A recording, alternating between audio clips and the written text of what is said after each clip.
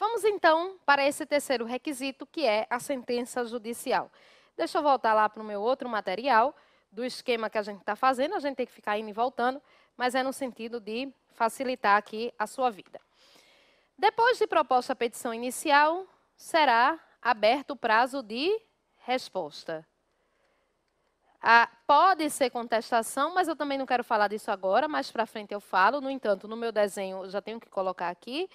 Nos termos do CPC, nos mesmos termos do CPC, pode acontecer de ter réplica, mas o que eu quero falar aqui é desse ato que é tão importante, que é a sentença judicial. Esse é um processo bem específico, esse é um processo com algumas sentenças, mas essa é a mais importante, é a sentença que decreta a falência. E aqui eu quero chamar a sua atenção para os recursos que são cabíveis dessa sentença. Quando a sentença julgar pela improcedência da falência, cabe a apelação. E aqui eu acho que não tem maiores mistérios, é uma sentença de mérito e por aí vai. Porém, causa uma certa estranheza quando o legislador diz: quando o juiz decretar a falência, caberá recurso de agravo. Porque, gente, é uma decisão de mérito. Bom, isso aqui, né, vai de encontro ao que a gente aprende lá nos princípios do processo civil, enfim. Tem várias teorias sobre isso. O porquê ser de agravo? Porque, na verdade, é uma sentença, mas é uma sentença misturada meio com o despacho inaugural da fase falimentar. Tem uma série de teorias, mas que não vem ao caso. Eu só gosto sempre de chamar a sua atenção para você não achar que numa aula copiou errado. Mas é o recurso de agravo. O STJ em 2017, né? 2017, a gente vai perdendo meio a noção do tempo. 2017, 2018, por aí, né? Mas você com certeza ouviu falar. O STJ entendeu que a previsão do cabimento do agravo de instrumento no CPC era uma previsão de taxatividade mitigada. Eu já vi coisa taxativa, já vi coisa exemplificativa. Ele ficou ali no muro, em cima do muro. E aqui na nossa sentença, no nosso processo, nós temos 3 recursos de agravo contra a decisão de mérito. Depois a gente vai falar dos outros. Esse é o primeiro. Pronto. Também cabem, né, por exemplo, apesar de não haver previsão expressa, cabem embargos de declaração, sem dúvida. Sempre que houver, pelos mesmos motivos do CPC, omissão, né, obscuridade, contradição. A nossa principal legislação de utilização subsidiária em relação à nossa lei falimentar é o CPC.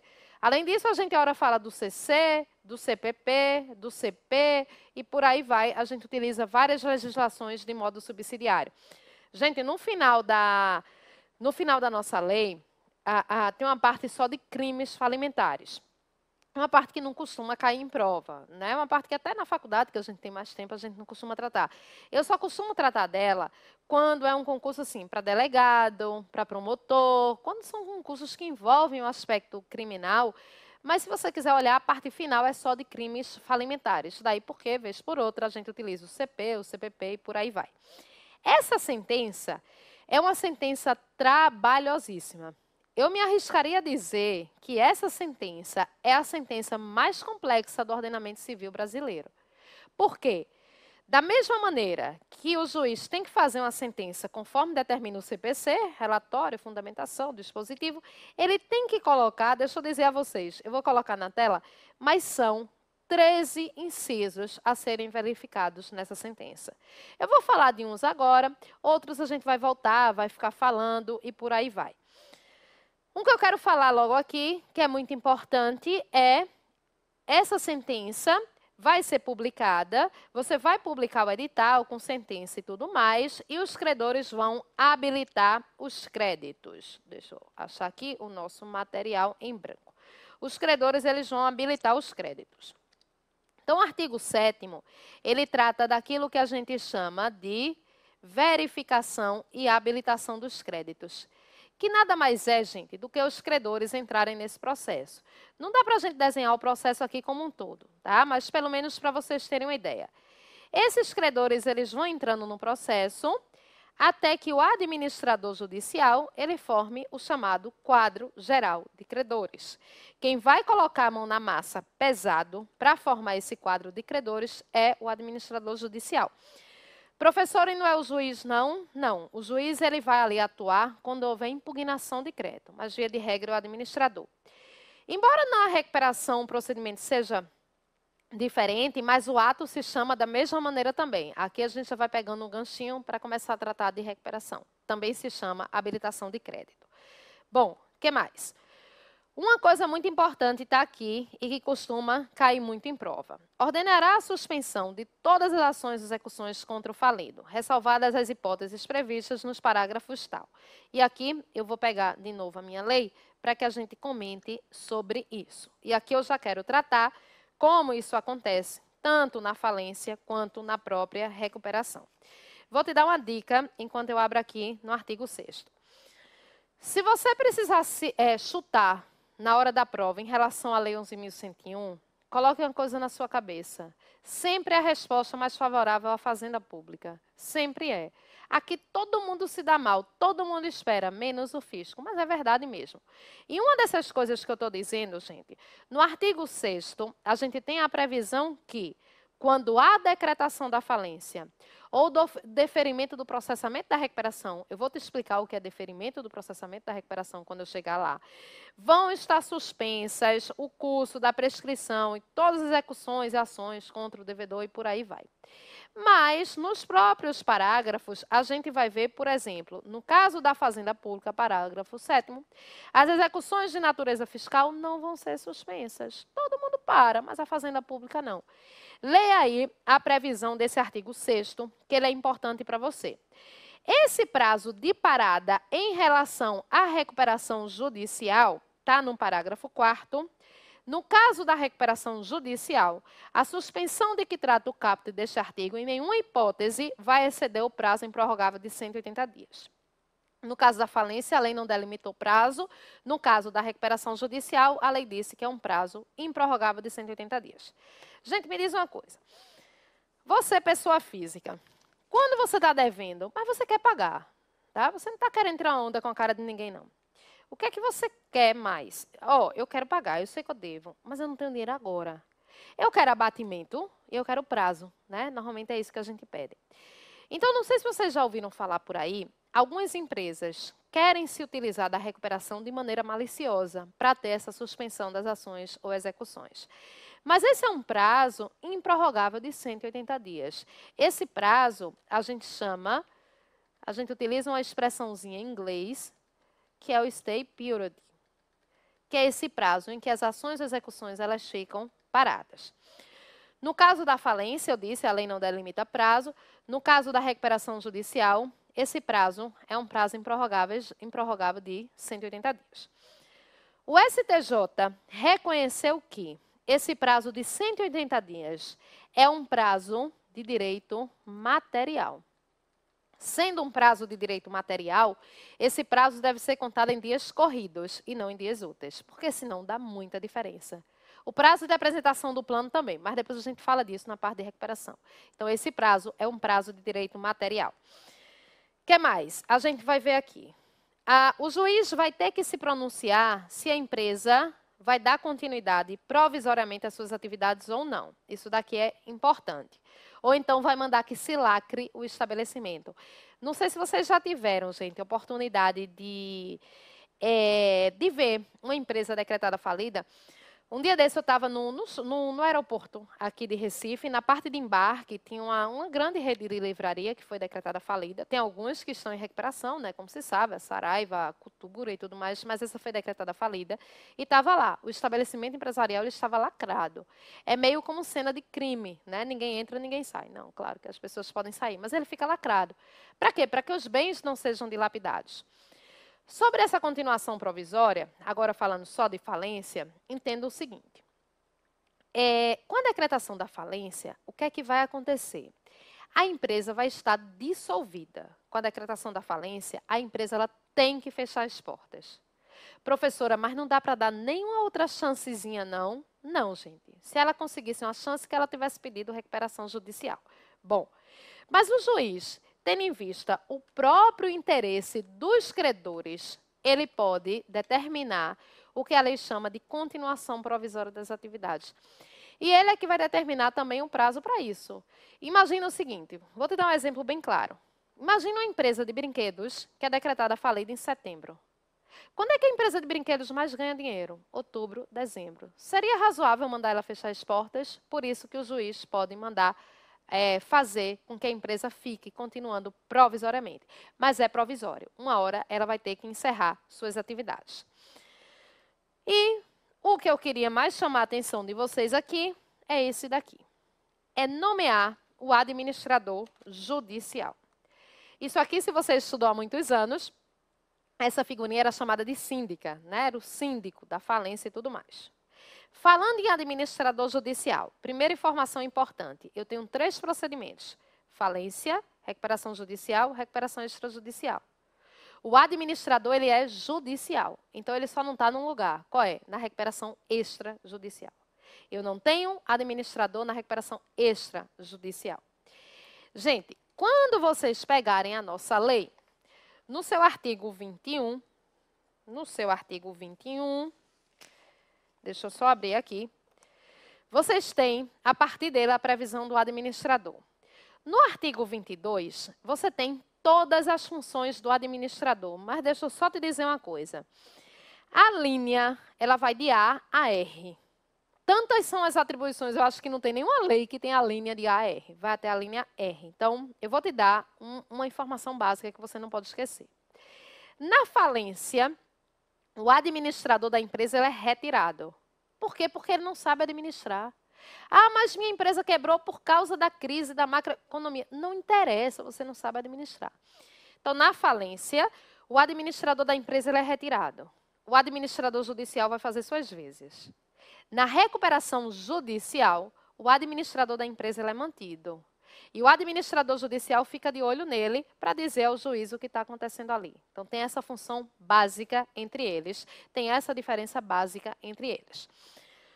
O artigo 21 vai dizer que o administrador judicial ele deve ter preferencialmente 4 profissões. E para ficar mais fácil de você memorizar, são 4 profissões que têm a ver com esse processo. Me digam aí quais são elas. Deixa eu escrever aqui. Ele deve ter preferencialmente 4 profissões.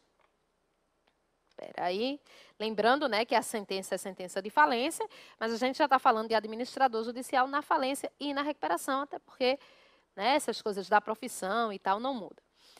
4 profissões que são aqui que têm a ver com esse processo. Ele pode ser advogado, ele pode ser contabilista, ele pode ser administrador de empresas e ele pode ser economista.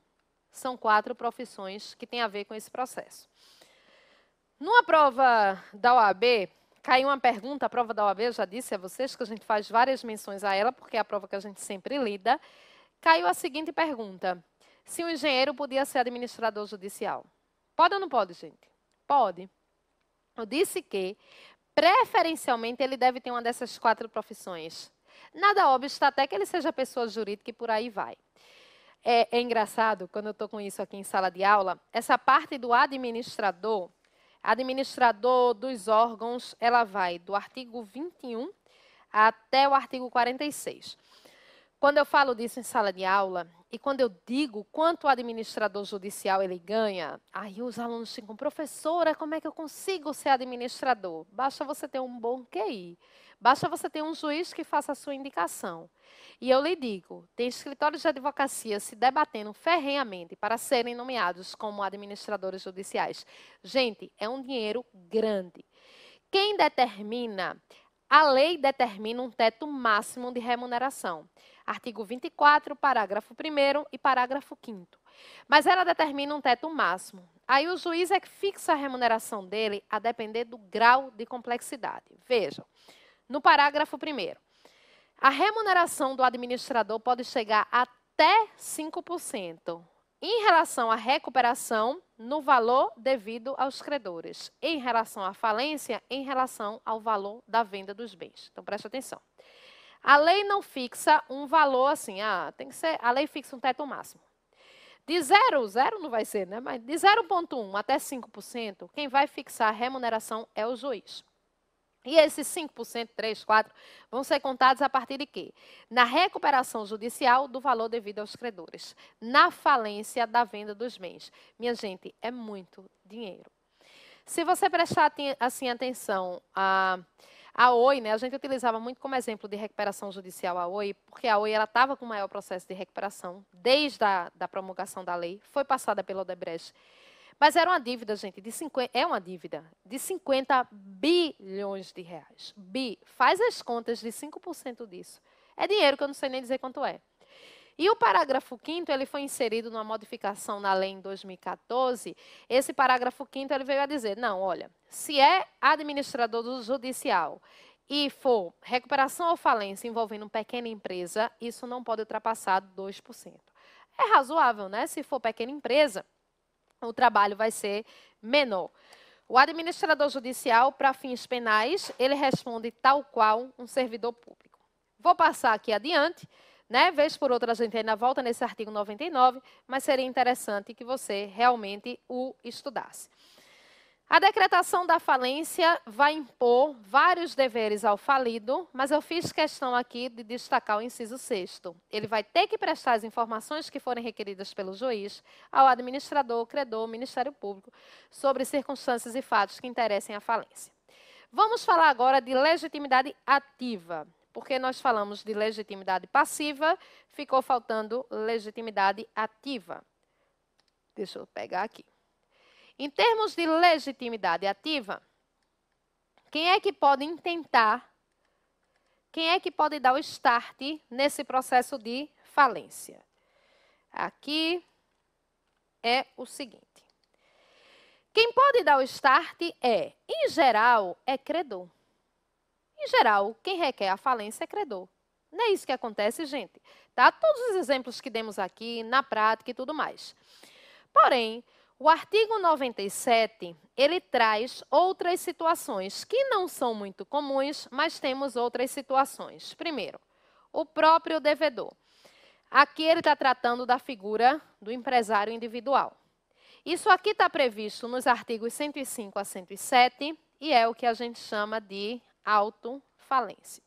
Isso aqui é história para inglês ver, porque a lei diz que a empresa deve pedir, nesse caso, sua própria falência, mas não dá penalidade se ela não pedir, não dá benefício se ela pedir, e, gente, eu aprendi lá desde o início da faculdade de Direito que norma sem sanção não é norma, é mero aconselhamento. O que acontece se eu não pedir a falência da minha empresa nessa condição? Nada. Então, pronto, deixa essa história. Voltando à história da Forever, que a gente comentava. Quando esse meu colega passou, aí eu vi que ela tinha pedido a própria falência, né? Eu disse, eita, né? Que coisa diferente, a gente nunca vê, isso é uma coisa que nunca acontece na prática, mas aí depois, aquela coisa, né? Depois eu fui raciocinando, fui lendo a reportagem, ela não é uma empresa brasileira, né? Não é uma empresa brasileira, ela tem várias filiais aqui, mas ela é uma empresa americana, então lá o negócio é um pouco mais sério.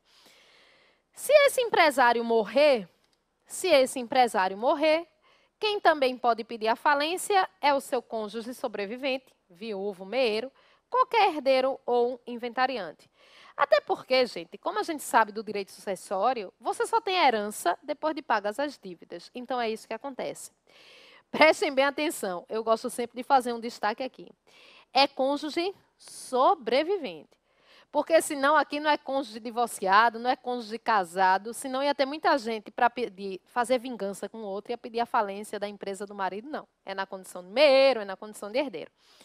E, nesse mesmo sentido, no inciso 1º e no inciso 2º, naquilo que vulgarmente a gente chama de dono de uma empresa, acionista ou cotista também podem pedir a falência da empresa. Algo que também dificilmente acontece, aqui vai muito mais naquela regrinha dos incomodados é que se retirem. Tá? Então, mas professora, se ele só tiver 1% das cotas, 1% das ações, por isso que o inciso diz, cotista ou acionista, na forma da lei ou do ato constitutivo da sociedade. Como a gente estava dizendo, o mais comum é da falência requerida por credor. Se esse credor não tiver domicílio no Brasil, ele tem que prestar caução para pedir falência de empresa brasileira. Gente, essa é a única palavrinha, a única vez que aparece a palavrinha caução na lei. Esse é um processo de custas processuais altíssimas. Aí o camarada mora no exterior e pede a falência de uma empresa aqui. Se ele não tiver domiciliado aqui, ele precisa caucionar, porque senão quem vai arcar com essas custas processuais? E eu quero que vocês prestem muita atenção nesse parágrafo primeiro. O credor empresário Para que ele possa pedir a falência, ele precisa estar registrado. É isso que a gente tem aí no parágrafo 1º. Presta atenção no que foi que eu disse. Como legitimado passivo, a empresa, para ser decretada falida, pode estar registrada, pode não estar registrada, pode ser uma sociedade em comum. Para pedir recuperação judicial, ela precisa estar registrada. E para que uma empresa peça a falência de outra empresa, a empresa legitimada ativa tem que estar registrada, tá? Que moral danada é essa que uma empresa tem, que não se registrou e vai lá em juízo pedir a falência de outra empresa, né? Como é que você vai apontar o dedo se você não fez sua parte? Mas, né, o legislador achou por bem já disciplinar sobre isso. Aqui a gente já começa a pegar para botar a mão mais em recuperação. Então, aproveitando o que está aqui no nosso slide, até para ficar mais fácil do ponto de vista didático para vocês, esses 3 aqui, primeiros, são os mesmos legitimados ao pedido de recuperação. Basicamente, gente, em outras palavras, eu estou dizendo que quase que a legitimidade ativa de recuperação e falência se confundem, claro, né? Quem não vai pedir a recuperação de uma empresa que está devendo é o credor. Pense num credor bonzinho. Senhor juiz, recupera a empresa que está me devendo. Na nossa petição inicial, não sei se vocês prestaram atenção, mas teve uma parte importante dela que a gente deixou em branco. Para quem essa petição inicial, ela vai ser endereçada, né? Eu preciso ter um endereçamento de uma petição inicial. Eu preciso ter um endereçamento. E aqui eu quero que vocês prestem bem atenção, porque essa é uma das figurinhas mais constantes em provas de concurso. Em primeiro lugar, eu quero mostrar a vocês que as palavras não são colocadas por nada no vazio. As palavras têm uma razão de ser. Na recuperação extrajudicial, o que é que o juiz faz? O juiz homologa. Na recuperação extrajudicial, nada mais é do que um acordo que a empresa faz com os credores. O juiz vai fazer o quê? Homologar. Fazendo a comparação a grosso modo, isso daqui é como se fosse um divórcio consensual. O juiz simplesmente vai lá e homologa. Na recuperação judicial, o juiz defere. Por quê? Ele exerce o seu poder jurisdicional, mas quem vai decidir a princípio, a gente vai mostrar isso, é a Assembleia de Credores, por isso que ele defere. Onde ele exerce o poder jurisdicional propriamente dito, como a gente está acostumado, é na falência, onde o juiz decreta. Então, diz o artigo 3º, é competente para homologar o plano de reste, deferir a RJ ou decretar falência, o juízo do local do principal estabelecimento do devedor ou da filial da empresa que tenha sede fora do Brasil. Tá? Essa é a dicção do artigo 3º. Mas vamos falar dele, que tem muita coisa que pode ser explorada aqui em prova.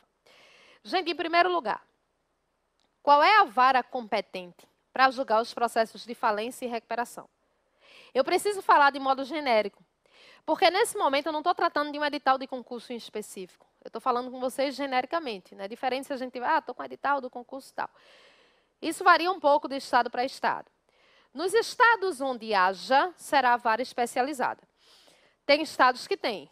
Rio, São Paulo, tem varas especializadas. E aí pode ser vara de recuperação, vara de falência, vara de direito empresarial. Então, nos estados onde houver, será a vara especializada. Nos estados onde a vara especializada não houver, como é o caso de Pernambuco e a maioria dos estados do país, a competência será da vara civil. Tá? Então, ou vara específica ou vara civil. A título de curiosidade, até para vocês, existe um movimento dos juízes perante o CNJ para que essas varas tenham em todo o Brasil. Tem coisas que marcam a vida da gente para sempre, né? E, coincidentemente, nem imaginava ainda naquela época que depois ia ensinar empresarial, né? Já gostava muito desde o começo da faculdade, já estagiava na área. Mas a primeira vara que eu entrei aqui em Recife, para despachar como estagiária, me senti no máximo, né? Do juiz passar ali 2 horas e depois dizer que não vai atender estagiário, mas enfim. Era uma vara de falência e concordata. Então, nós tínhamos aqui, como em vários lugares do país, nós tínhamos uma vara especializada, passamos a não ter mais. Eu não sei como é a realidade de todos os estados. Aqui, acaba que são separadas 3 varas cíveis para esses processos. Então, efetivamente, não tem a vara especializada, mas são 3 juízes que cuidam. Gente, esses são processos, recuperação e falência, são processos muito específicos. Ou o camarada é especialista ou ele não é. Para aí ter o mesmo juiz que julga uso capião, reintegração de terra, manutenção, ir lá e julgar falência e recuperação. Então, por isso que existe esse movimento, mas, enfim, para efeito de prova, onde houver vara especializada, onde não houver vara cível. Mas isso nem costuma ser cobrado muito em prova. O que costuma ser cobrado muito em prova, e você não vai errar, porque você vai lembrar da minha voz gasgueta no seu pé do ouvido. Imagina uma empresa com uma matriz e várias filiais. Qual vai ser o juízo competente? Competência aí em razão da matéria para julgar esse processo. O juízo competente vai ser o juízo do local do principal estabelecimento. Minha gente, não vou permitir nunca que vocês errem isso daqui numa prova. Não esqueça que principal estabelecimento não necessariamente é matriz. Pode ser, eu vou explicar, mas não necessariamente é sede. Você vai dizer, professora, você escreveu meio exagerado, totalmente. Porque, gente, eu sei que se isso cair na prova de vocês, vai aparecer matriz, vai aparecer sede, e é o juízo do principal estabelecimento. Pronto, a gente falava da Oi. A Oi é uma empresa que tem em todo lugar, né? Recuperação judicial, creio que a matriz da Oi, como todas as empresas em geral, os grandes grupos econômicos, deva ser São Paulo. Mas pode ser que uma filial do Rio de Janeiro tenha se desenvolvido mais, que a gente vai dizer o que é o principal estabelecimento. Então, pela ordem. O STJ demorou muito para se pronunciar sobre isso daqui. Porque a lei foi promulgada, ok, principal estabelecimento, aí começou. Tá, e o que é o principal estabelecimento? É a matriz? Não. É onde a empresa indicar no contrato social? Não. E aí começou. E enquanto se discutia essa questão, aí uma empresa ia dilapidando os bens. Né? Enquanto se discutia, ela ia dilapidando. Ah, estão discutindo qual é a competência, quem razão. Pronto. E aí o STJ precisou se manifestar, e é o que você vai levar para a prova. Mas, de vez em quando, essa matéria ela volta à tona no próprio STJ. Então, gente, por isso, como é uma matéria... A gente tem uma posição para você levar para a prova, está na jurisprudência em tese, que a gente vai te mostrar aqui. Mas como é uma matéria que, vez por outra, volta a ser discutida, as provas não entram muito na jurisprudência. As provas, elas costumam cobrar muito isso, mas na dicção do artigo, que é o foro do principal estabelecimento. Sim, professor, e o que é o foro do principal estabelecimento? Eu coloquei aqui para você o que Fábio Ulloa, né, que é o nosso mestre do direito empresarial desde sempre. Isso aqui está para você, eu não vou ler o slide, não tem sentido, mas essa parte que está de azul. Principal estabelecimento, para fins de definição de competência para o direito falimentar, é aquele em que se encontra concentrado o maior volume de negócios da empresa. É o mais importante do ponto de vista econômico. E, nesse sentido, também foi o STJ, nessa parte que está em azul. Nos termos do artigo 3º da Lei 11.101, o foro competente para o processamento da RJ e decretação da falência é aquele onde se situe o principal estabelecimento da sociedade. Assim considerado o local onde haja o maior volume de negócios, ou seja, o local mais importante da atividade empresária sob o ponto de vista econômico. Até coincidentemente, é um processo que sai daqui de Recife, sai daqui de Pernambuco, do Cabo de Santo Agostinho, que é uma cidade aqui da nossa região metropolitana. Então, gente, para fins de prova, o foro competente é o foro do principal estabelecimento, que é onde a empresa tenha o maior volume de negócios. Até porque, onde a empresa tiver o maior volume de negócios, ela vai ter o maior número de credores. Então, é uma questão até de lógica. Aí você diz, sim, professora, isso não é a matriz, não, é a sede. É bem verdade, gente, é bem verdade. Que na maioria das vezes vai até ser. Mas na sua prova, não é essa a resposta que você pode marcar. Falando da realidade aqui da gente, e só para dar esse exemplo, a gente tem uma loja de material de construção imensa aqui em Recife. E essa loja de material de construção é uma loja que todo mundo conhece, tem em vários lugares. Ela é originária aqui de uma cidade do interior do estado. Tá? E a daqui de Recife é 200 vezes maior. Até olhos nus, você já vê que ela é 200 vezes maior. Então, nesse caso, a matriz, a filial, desculpem, ela se desenvolveu mais do que a matriz. Então, como eu disse, bem verdade que na prática, muitas vezes vai ser a matriz, mas não necessariamente. Então, observem que com isso estão esgotados os 3 requisitos que nós tínhamos aí para falência e tudo mais, né? O sujeito, o objeto, a sentença, a gente já começou a falar de falência e recuperação.